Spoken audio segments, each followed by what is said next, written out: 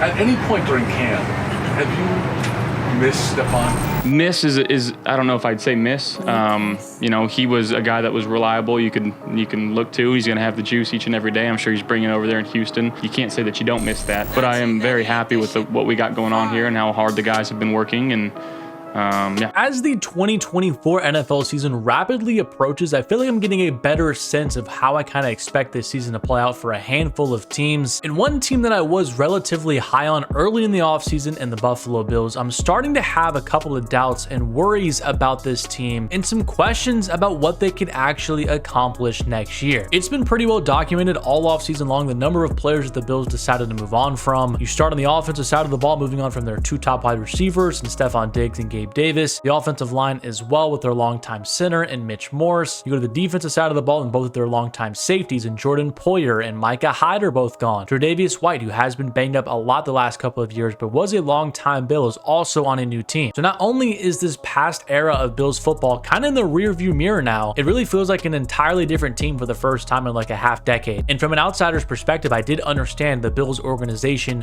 really wanted to change things up and really just move on from these older veterans, bring in some younger and cheaper guys for the second window with Josh Allen in his prime. I think they realized that core's best days were behind them and they were not even able to reach the pinnacle with all of them in their best days. So the better franchise play would be to sacrifice some of the short-term success moving on from these veterans and really striving for a couple of years down the road by clearing the cap situation, moving back in the draft to just even add some more assets to acquire even more young players. And so the philosophy definitely makes sense, but for the 2024 Bills, I do think this could have some ramifications on how good this team can be. Now, obviously, anytime you have one of the best quarterbacks in the league, and the Bills, in my opinion, have the second best one in Josh Allen, you're going to be competitive in any game that he steps on the field. You're going to have a great chance to win even. So Allen is always an X factor that not many other teams in the league can match. The problem though, and I think we saw this a little bit last year, is when he does have to carry this team week in and week out, it can cause the team to go on a little bit of a roller coaster due to his aggressive play style. Last season, the Bills were 6-6 and Allen was actually very, very productive, but he was also having some of his most turnovers of his career. And again, that resulted in the Bills being a 500 team. They moved on from offensive coordinator Ken Dorsey, who was really just putting the ball in Allen's hands too much, making things pretty hard for that offense just to make some easy plays down to down. And what did the interim offensive coordinator and Joe Brady do with the offense? He took the ball more out of Allen's hands and really made it a running offense. James Cook really broke out in the final half of the season. And the Bills relied on his legs and the play action pass game to really revitalize that offense and bring down the mistakes. So this year, I think again, that's going to be the formula, to rely on James Cook and also the running game. But the issue I think the Bills could run into, and we saw this with the Kansas City Chiefs last year with Patrick Mahomes, when you don't have a lot of viable receivers on the outside, defenses can really play you a certain way and stack the box and limit what you can do on the ground. And it makes playing offense a whole lot harder. I think the deep threat last season of Gabe Davis and the respect level for Stephon Diggs, who had proven himself to be one of the best wide receivers time and time again in the league. I know Stephon Diggs is a pretty controversial topic in Bills land, and I do think he took a slight step back as a player, but the notion that he just sucks now because he was not used down the stretch, I do think is a pretty flawed argument because the Bills' entire offense completely changed. And I still think having him on the outside, able to beat one-on-one coverage with the deep threat of Gabe Davis, did open things up for the running game. With now those two guys gone, and the likes of Curtis Samuel and Marquez Valdez-Scantling and Khalil Shakir getting a bigger role this year, and a new rookie wide receiver and Keon Coleman into the fold of things. I don't know if we're going to see the same effect of those guys being able to beat one-on-one coverage consistently and also put a threat and scare into defenses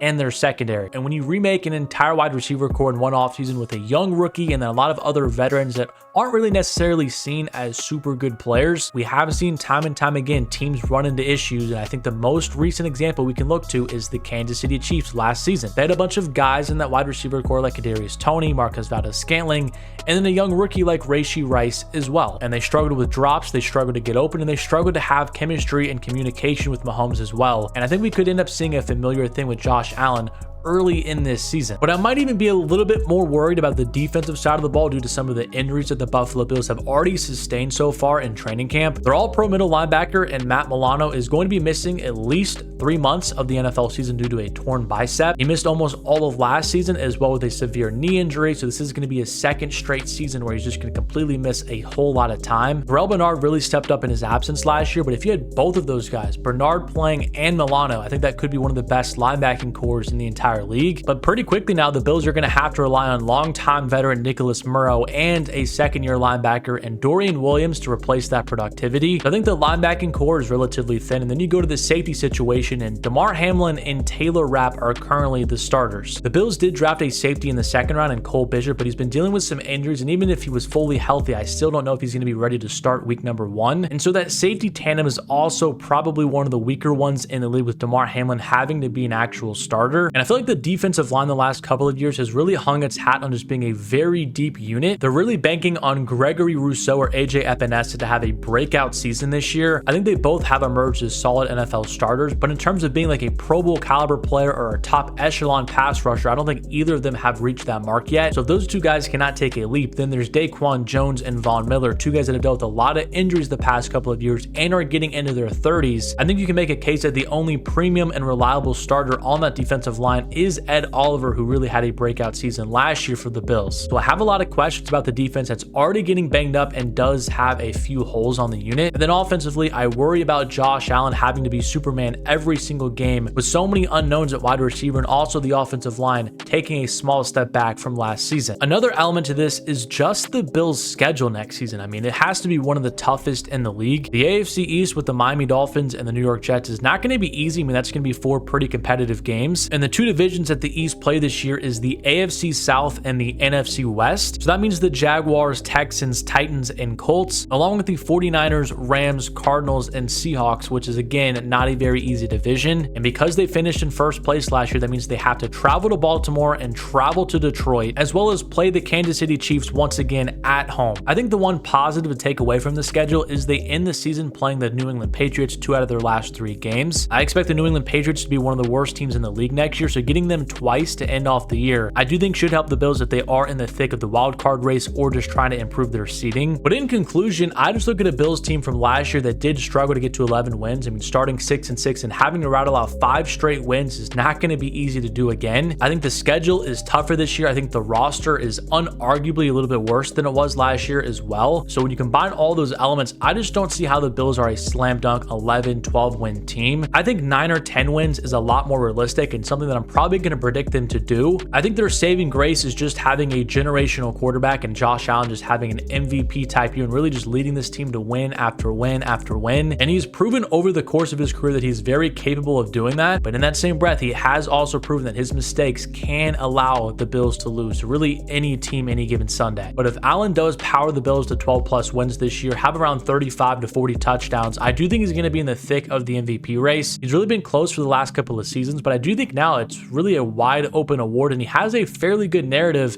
to back him now. Diggs leaves the roster as a ton of turnover. There's a lot of unknowns regarding the receiving core and other position groups on the team. But despite all of that, Allen keeps the Bills atop of the AFC with a truly magical season. This is a prime opportunity for Allen to really take advantage of and take home his first MVP trophy. But ultimately, I think Sundays where Allen is not going to be able to play perfect football is going to lead the Bills into some trouble. And that is really why I'm not as high on this team this year and why I think they could find themselves struggling to get to 11 wins again. But I want to know what you think about the Buffalo Bills and what you expect from them in 2024. Do you think I'm crazy and the Bills would be competing for one of the top seeds in the AFC? Or do you think there's some truth to the concerns I have about the team? Let me know what you think in the comment section down below. But subscribe to the channel if you are new. Drop a like on the video if you did enjoy it. And as always, thank you so much for watching, and I'll catch you guys in my next one.